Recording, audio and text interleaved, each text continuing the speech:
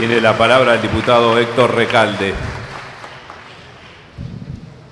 Gracias, señor presidente. Yo estoy convencido de que todas las diputadas y diputados que están en este recinto y que fueron electos por el pueblo tienen sus convicciones. Y también estoy convencido que tenemos tal vez diferencias en cuanto a los modelos, en cuanto a qué país queremos, cuáles son los objetivos, cuál es el destino para nuestro pueblo, y esas son las discusiones que tenemos que darnos acá. Y tal vez uno de los mejores ejemplos para graficar esto es la historia de la deuda externa. Esta historia comenzó en 1924. Voy a hacer un rápido recorrido por la historia, lo más sintético posible, siguiendo fundamentalmente a un maestro y amigo, Norberto Galasso, que hizo una descripción muy cruda de la evolución de la deuda. Queremos recordar que cuando comienzan los procesos de independencia en América del Sur, viene el Imperio Británico, de la mano del ministro Canning. Y lo primero que hace el Imperio Británico es firmar acuerdos de comercio y amistad recíprocos que otorgaban beneficios a los comerciantes ingleses que dominaban en la región. Para la Argentina esa deuda no fue requerida sino impuesta. Y quiero aclarar, porque esto hablamos mucho de los Baring Brothers, pero cuando uno relee qué significó esto, realmente asombra. La deuda fue por 1 millón de libras, pero a la provincia llegaron solo 140.000. Del resto, 150.000 libras se descontaron por el riesgo que implicaba prestarle a un país latinoamericano. Otras 150.000, esta es la versión de Norberto Galasso, fueron la coima con que se quedaron los negociadores por Buenos Aires y los hermanos Baring. Otro tanto se descontó por gastos que hizo Rivadavia cuando estuvo en Inglaterra. Además, la marca Baring cobró 2 años de intereses por adelantado más un 1% de amortización de capital. 130.000 libras. La comisión en blanco por la operación fue de 25.000 y 400.000 libras quedaron en Londres como pago de regalías de comerciantes británicos radicados en Buenos Aires a sus casas matrices, aceptado todo esto por el gobierno. Al tercer año de la colocación de los títulos, el gobierno no pudo seguir pagando. El default dura hasta 1857. En reconocimiento a los intereses caídos y de los pagos no realizados todos esos años, el gobierno acepta reintegrar 2,5 millones de libras contra 140.000 que fueron efectivamente usufructuadas. El representante inglés que negocia con De la Riestra les comunica a los tenedores de títulos que la propuesta fue tan buena que recomendaba aceptarla sin más dilaciones, porque era muy superior a sus pretensiones originales. Así se negociaba en esa época. Con Bartolomé Mitre, en 1862, la deuda da otro salto. Primero transfiere los compromisos de la provincia de Buenos Aires a la Nación. Después acuerda otro empréstito con la banca inglesa por 2,5 millones de libras adicionales para lanzarse a la guerra con Paraguay. Pero nuevamente, de los 2,5 millones de libras asumidos como deuda, el país recibe solo 1.900.000, debido a los descuentos por el riesgo de país y las comisiones. Bajo la presidencia de Nicolás Avellaneda, y cito ahora un excelente artículo del diputado Juan Carlos Junio, mandato cumplido, bajo esa presidencia, 1874-1880, se cristalizó la doctrina que habríamos de sufrir el conjunto de los argentinos por largos años. Y dice Junio, el joven presidente tucumano pasó a la historia afirmando que la República puede estar dividida hondamente en partidos internos, pero no tiene sino un honor y un crédito, como solo tiene un nombre y una bandera ante los pueblos extraños. Hay 2 millones de argentinos que economizarían hasta sobre su hambre y sobre su sed para responder en una situación suprema a los compromisos de nuestra fe pública en los mercados extranjeros. No es difícil encontrar una diáfana similitud entre ese enunciado y las afirmaciones del actual presidente de la Nación, que dijo: lo importante es que la Argentina debe honrar sus deudas para ser confiable y poder acceder al crédito internacional, ya que hace falta poner en marcha nuestra economía y una forma de activarla es tender puentes con el mundo. En 1890, el gobierno ultraliberal de Juárez Celmas no puede cubrir más los compromisos generados por la banca Valley. Carlos Pellegrini, que es su sucesor, termina renegociando la deuda para la que consigue que un grupo de empresarios locales financien al Estado. Los compromisos igualmente son muy pesados. Al final del gobierno de Sáenz Peña la deuda ya está en 78 millones, nivel que se mantiene durante la gestión de Roca, quien incorpora a Francia como prestamista. En cambio, se desboca con la administración del también ultraliberal Manuel Quintana, llega a 120 millones de libras.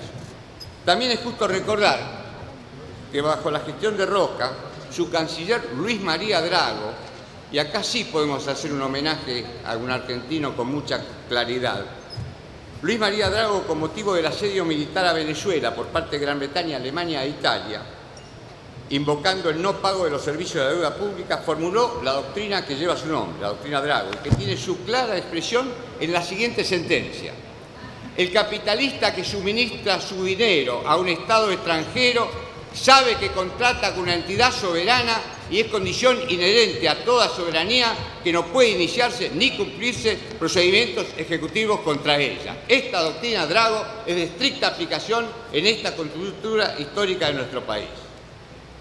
Cuando aparecen gobiernos que son expresión popular, más allá de los defectos, contradicciones y debilidades que hayan tenido, la deuda baja. En su primer gobierno, don Hipólito Yrigoyen disminuye la deuda a 100 millones de libras. Homenaje a Yrigoyen. Y lo mismo ocurre con Perón, con Illa y con Cámpora. Con Perón es el único momento en que se llega a la deuda cero, cuando cancela los últimos 264 millones de dólares que quedaban. Luego viene el golpe de 1955. Al poco tiempo de ser derrotado Lonardi, se entroniza Aramburu, que adhiere al Fondo Monetario Internacional. Desde ese momento empieza a tener mucho peso el Fondo Monetario Internacional y Estados Unidos desplaza en su influencia sobre nuestro país a Inglaterra como principal prestamista de la Argentina. Con Frondizi, la deuda pasa a 1.200 millones de dólares y esta es la etapa marcada por Quiere Bacena y Álvaro Alzogaray. La deuda solo desciende durante el gobierno de Illa. Guido le había entregado el poder con compromisos por 2.000 millones de dólares y Illa los achica a 1.700 millones. Pero se produce otra vez un golpe de Estado. Y viene de Onganía, Livingston y Lanusse. Y la deuda, cuando Lanusse entrega el poder, lo entrega con una deuda de 3.700 millones de dólares. En el breve gobierno de Héctor J. Cámpora, se reduce la deuda a 3.400 millones. Quiero recordar que fueron 49 días el gobierno de Cámpora. Cuando se produce el golpe de Estado, la deuda se había ubicado en aproximadamente 5.300 millones de dólares. Pero con la dictadura cívico-militar se convierte en el principal problema económico del país. Esa deuda, cuando termina, cuando recuperamos con Raúl Alfonsín el Estado de Derecho, la deuda había pasado a ser 45.000 millones de dólares. Pero lo importante es aclarar para qué fue esa deuda. De esa deuda se tomaban préstamos supuestamente para las empresas públicas, pero el dinero se utilizaba para sostener el aparato represivo y para la bicicleta financiera que enriqueció a unos pocos.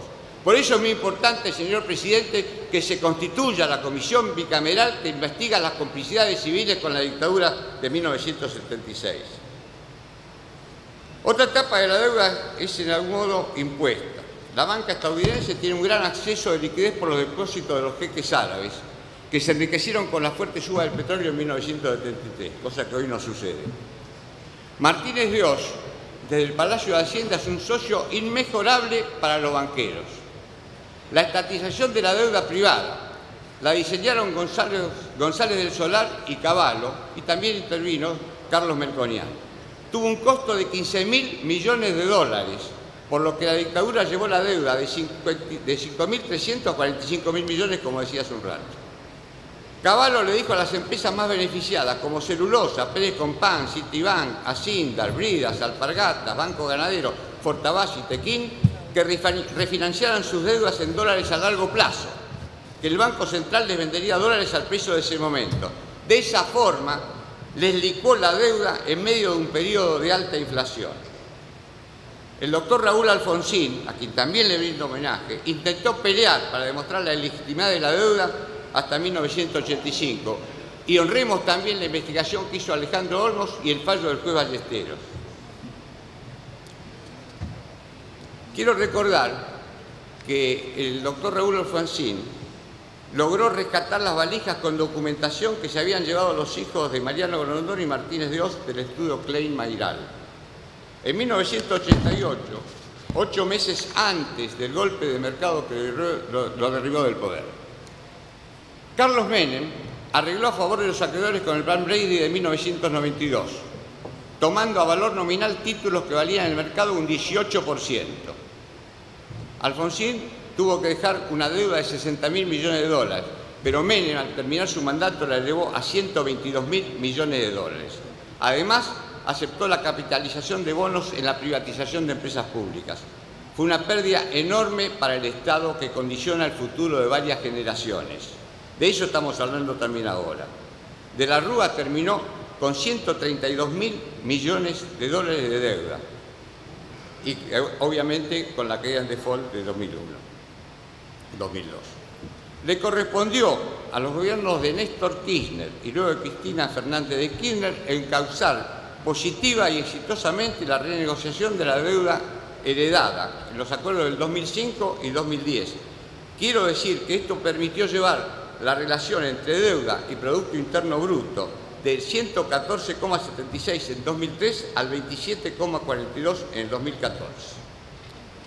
Por otra parte, es imprescindible analizar la situación dentro de los términos del contexto internacional correspondiente al siglo XXI, caracterizado por una notoria globalización de las relaciones políticas, económicas, financieras y culturales, en medio de las cuales se visualizan con mayor nitidez las situaciones de injusticia, inequidad y distribución desigual de la riqueza.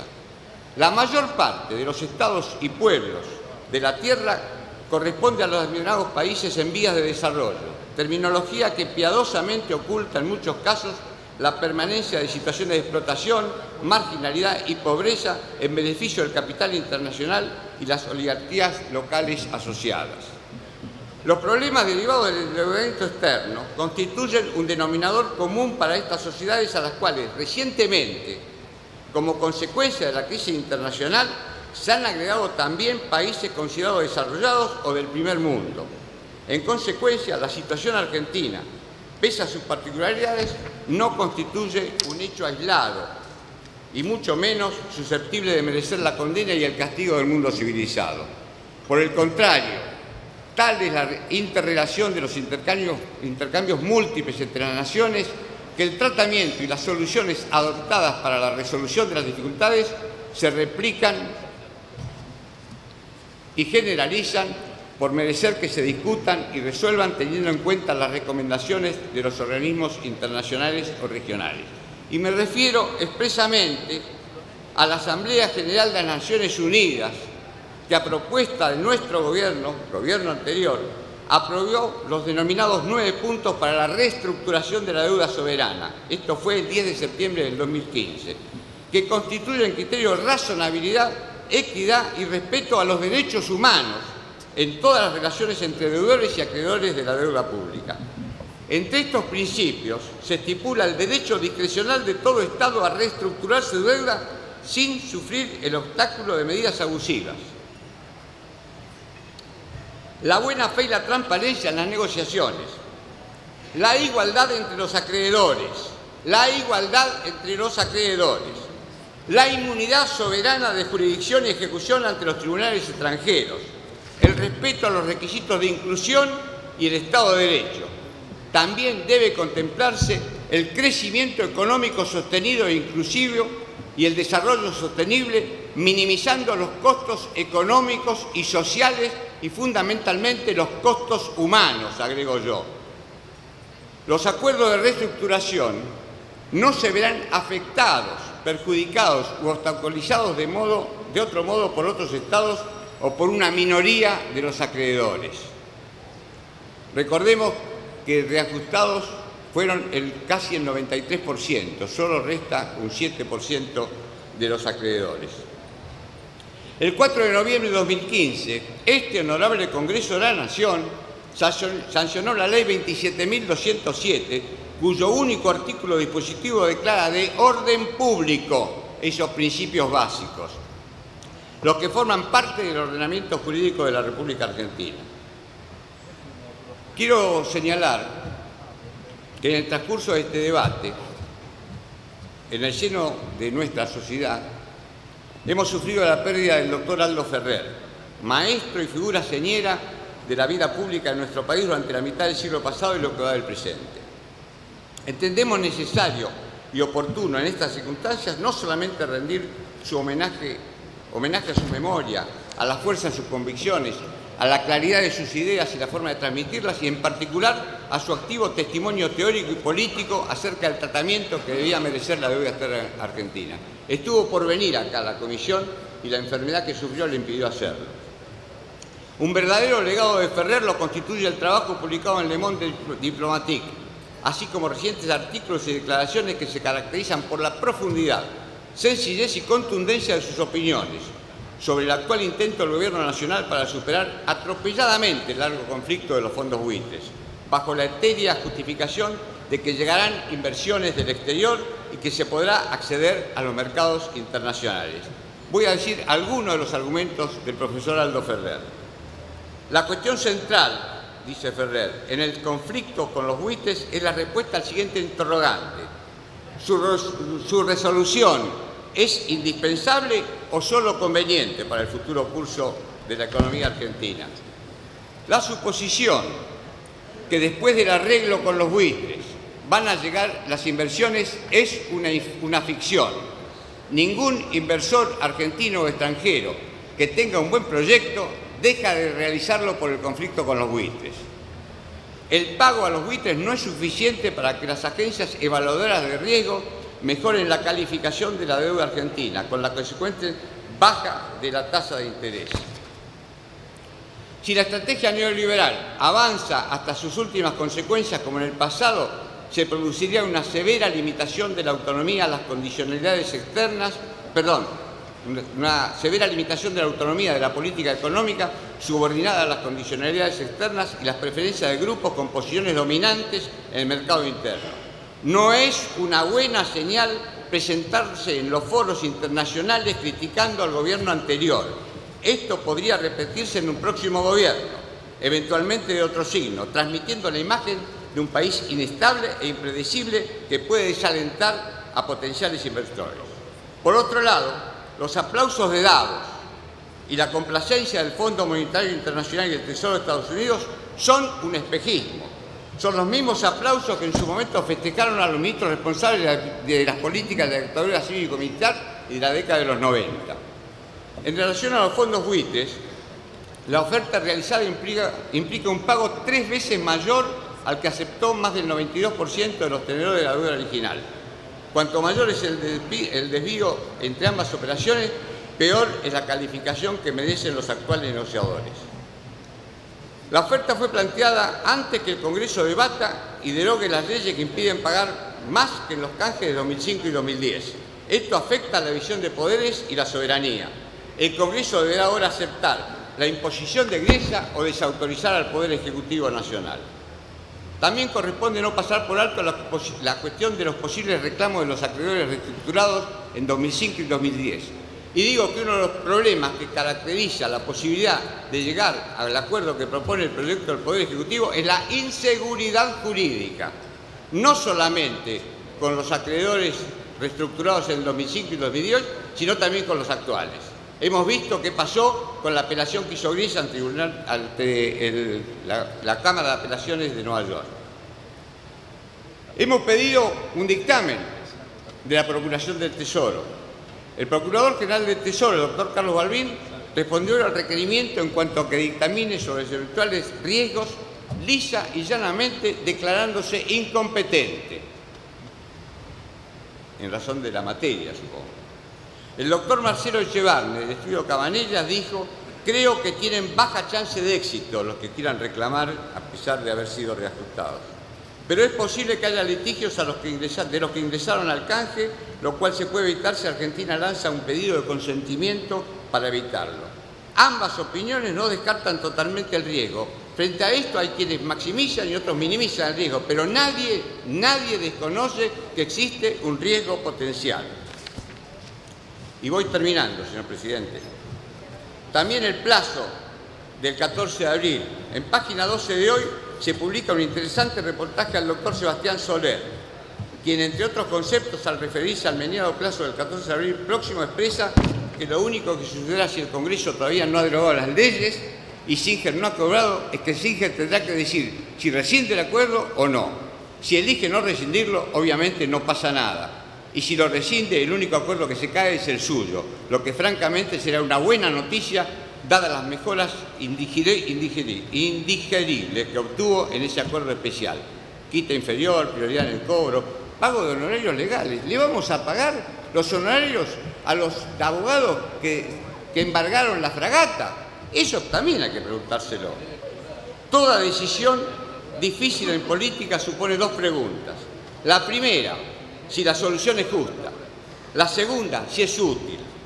La primera es obvia y hay unanimidad, no es justo. No es justo, nadie puede sostener, a pesar de que algún funcionario dijo que nuestros mejores aliados, los mejores aliados de la Argentina, eran el juez Griesa y el mediador Pollack, pero nadie puede sostener que el fallo ese haya sido justo.